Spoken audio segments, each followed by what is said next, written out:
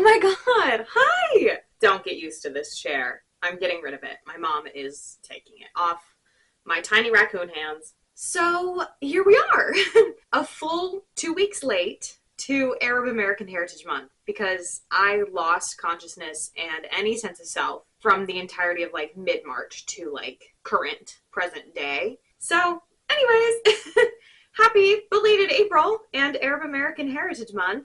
Arab American Heritage Month is a really new, founded, federally recognized month-long celebration. Celebrations for this month began in like the 90s, and they were celebrated kind of sporadically in a lot of school districts across the country, but it wasn't until like 2017 that we really started to get boots off the ground into getting this to be a federally recognized holiday that was lasting the whole month of April. Arab culture in this context is ginormous. It encompasses 22 different countries from Morocco to Iraq, and that is from the northern part of Africa to like West Asia. I could obviously spend the entirety of the next, what will probably be 20 to 45 minutes, even just dipping my toes into the giant world of Arab culture and how diverse that is, because that being like an umbrella term and coming from the Arabian Peninsula into what it is now, it really is so diverse, and every piece of it can be and look so different for two people that both identify as Arab to have different religions, different language, different food, different spirituality and mysticism, different music and art and philosophy and architecture, and for that to be so different between two people that are both Arab, and then even two people that are from the same country that are Arab, and two people that are from completely different countries in completely different continents, but every piece of it is still considered Arab, and it's still so beautiful and vast. So I wanted to start by celebrating it, obviously with my favorite way, literature. As always, the first book I read for any kind of month-long celebration is going to be a nonfiction, and this time it was Love is an Ex-Country by Rhonda Jar. This book was pitched as a road trip, a queer coming-of-age history into going through America on a road trip, coming here as an immigrant, and revisiting all the places that have impacted Rhonda as a person and made her into the woman that she is today.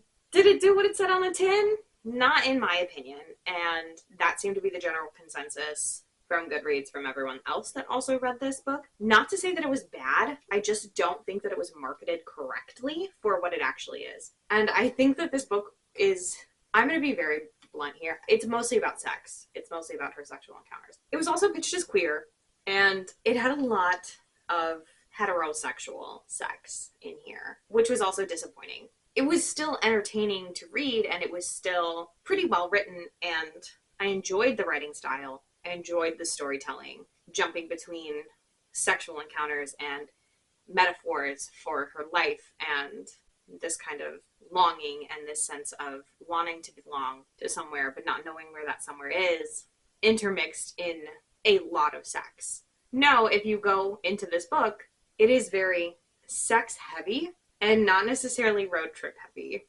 It like very briefly touches on different landmarks once in a while. And it's not a big book. The author is Palestinian. She came to America and lived in Chicago first, I believe, with her family.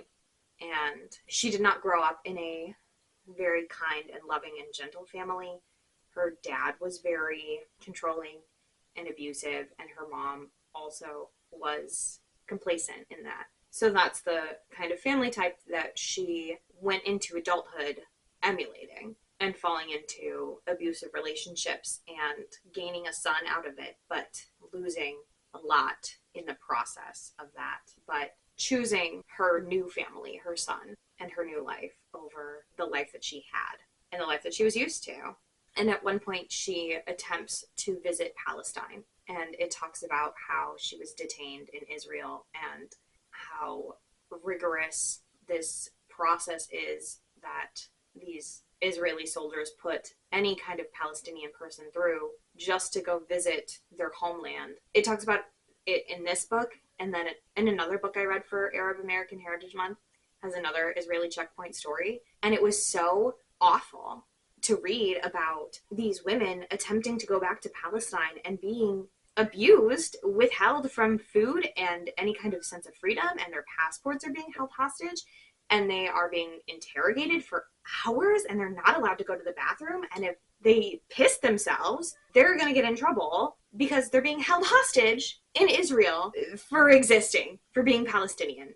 This book does have that in there, and it was so infuriating because, like, spoiler alert, she doesn't get through. She has to turn around and go home back to America. She doesn't get to go into Palestine. She doesn't get to see her sister. They don't let her in to her own fucking country. Like, ugh. Anyways, this book. I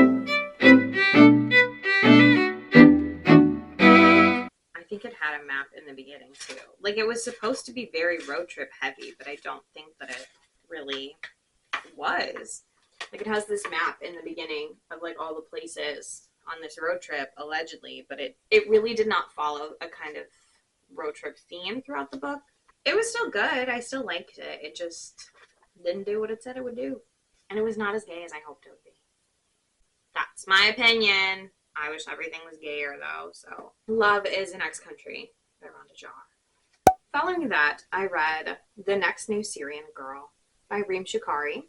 This is a young adult fiction about two Syrian girls in high school and their kind of journey into finding their footing and themselves. In America, we have Khadijah, who is like born and raised in America. She lives in America. Her family's pretty wealthy, and her mother is very nitpicky on her and very controlling.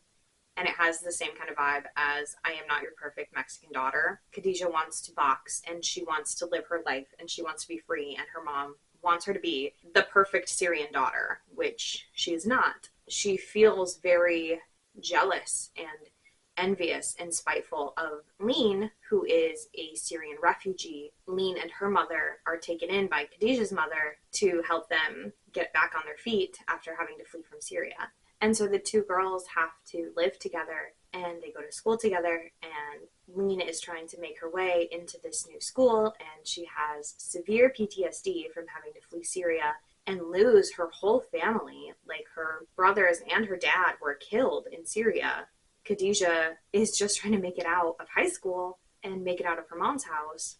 And so the two girls are thrown in together into kind of a forced family situation where they live together and they kind of act as sisters, but Khadijah's mom is constantly comparing her to Lean, and Lean is trying to help her mom and kind of become the caretaker of her mother and gets her to try to get back on her feet. And Lean is taking a lot of charge and getting a job and trying to settle into their own life and find them an apartment and get them on financial assistance from the government to get them having their own life so they're not completely dependent on Khadijah's family. And it has a lot of different plots and climaxes throughout the story. Like, Khadijah's little brother is going through a mental health crisis, and he's really absent, and nobody really pays attention to him until something really extreme happens. And at the same time, Lean sees a picture of her brother on a Syrian orphanage website. And so her and Khadijah are trying to get in contact with this orphanage to see if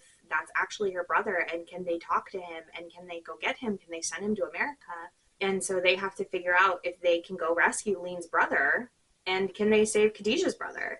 And so it's very family oriented and very coming of age. And it's long, so it's very character driven. The plot kind of takes a back seat to Lean and Khadijah just existing as young women, which is fine. I like a character-driven story personally, and I will say it gets a little fantastical. You have to suspend your disbelief quite heavily at the end, but so what? So what? It's fiction. We can have a fun, fictional, happy ending. It doesn't matter. That might offer more hope than anything, than a realistic ending could. So that's my opinion on it. It was good. I think I gave this one 4.5 stars out of 5 because of I'm not a teenage girl anymore. Unfortunately, I am an adult. And if I was a teenager, I'm sure I would have really eaten this up. but it was good. It was still well written and impactful, and I still felt for the characters and felt like I was there living through their high school experience with them. That is The Next New Syrian Girl by Reem Shukari. The way that this next book fundamentally rewired my brain, I think needs to be studied. One of my favorite forms of art is called surrealism, and it's when things look weird as fuck.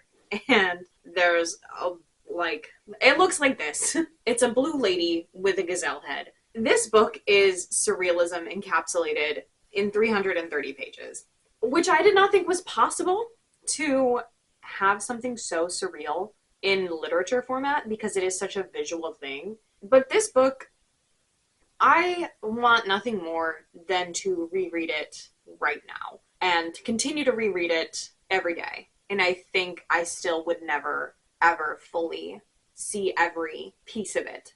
This book is about the Rumani family and the daughter, the youngest daughter, Betty, being born to a mother who didn't tell anyone that she was keeping the baby, didn't tell anyone that she was pregnant except for her own mother, barely, and was about to give her away. Betty was born blue the very same day that the Rumani's family's soap factory in Palestine was bombed and destroyed. Betty's aunt came in full of heart and generations of familial love to take care of Betty and her mom, and she struggled to be the person that Betty needed. And Betty's parents were not the people that Betty needed. They tried really hard to be there for her, and it was so good. And her aunt is telling her these stories of Palestine and their family and why Betty was born with blue skin, and all these